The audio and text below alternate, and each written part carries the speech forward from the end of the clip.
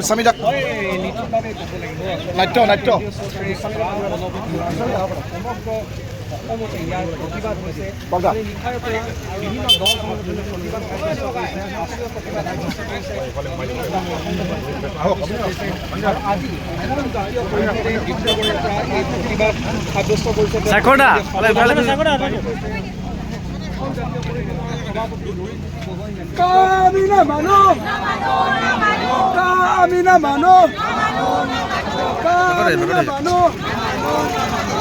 জাপিলে মানি লোৱা নহ'ব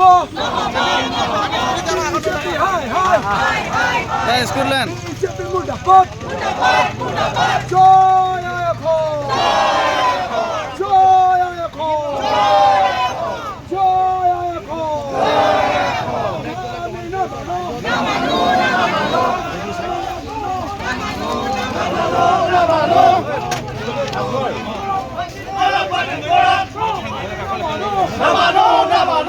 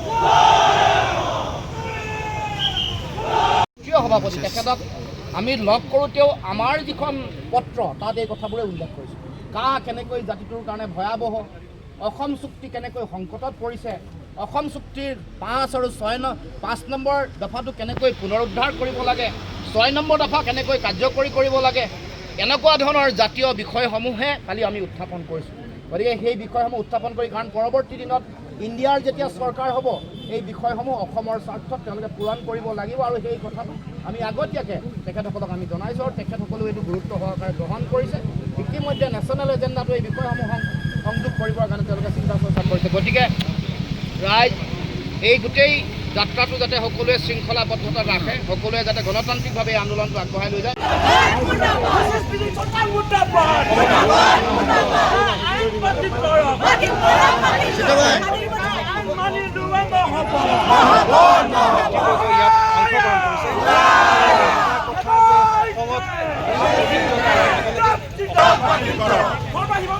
কথাই কৈ থৈ দিয়ে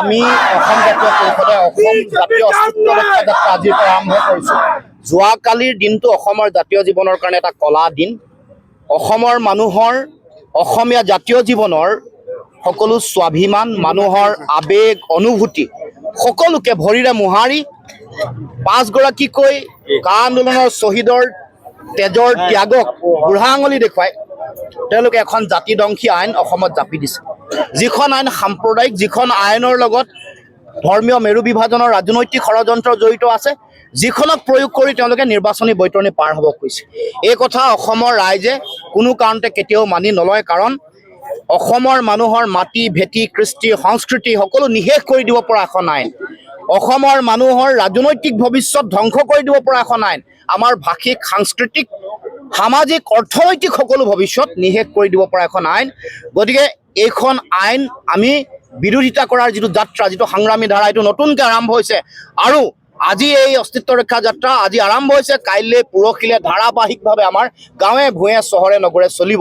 আৰু যেতিয়া এখন আইন জাপি দিব খোজা হৈছিল, সেই সময়ত অসমৰ যিসকল নেতা আছিল, আমাৰ প্ৰাক্তন মুখ্যমন্ত্ৰী সৰ্বানন্দ সোণোৱাল ডাঙৰীয়া, বৰ্তমানৰ মুখ্যমন্ত্ৰী হিমন্ত বিশ্ব শৰ্মা, তেওঁলোকে নিৰ্লজ্জভাৱে আত্মসমৰ্পণ কৰি দিল্লীৰ ওচৰত আঁঠু লৈ তেওঁলোকে জাতিধ্বংসী যিটো যজ্ঞ, এই যজ্ঞত তেওঁলোকে আহুতি দিছে। দিল্লীৰ চাবি দিয়া পুতলাৰ দৰে ব্যৱহাৰ কৰি তেওঁলোকে এই আইনখন অনাৰ ক্ষেত্ৰত তেওঁলোকে সহযোগিতা কৰিলে। 5গৰাকীকৈ বীৰ শ্বহীদক হত্যা কৰিলে, হত্যা কৰি তেওঁলোকক শ্বহীদ বুলি নক'লে।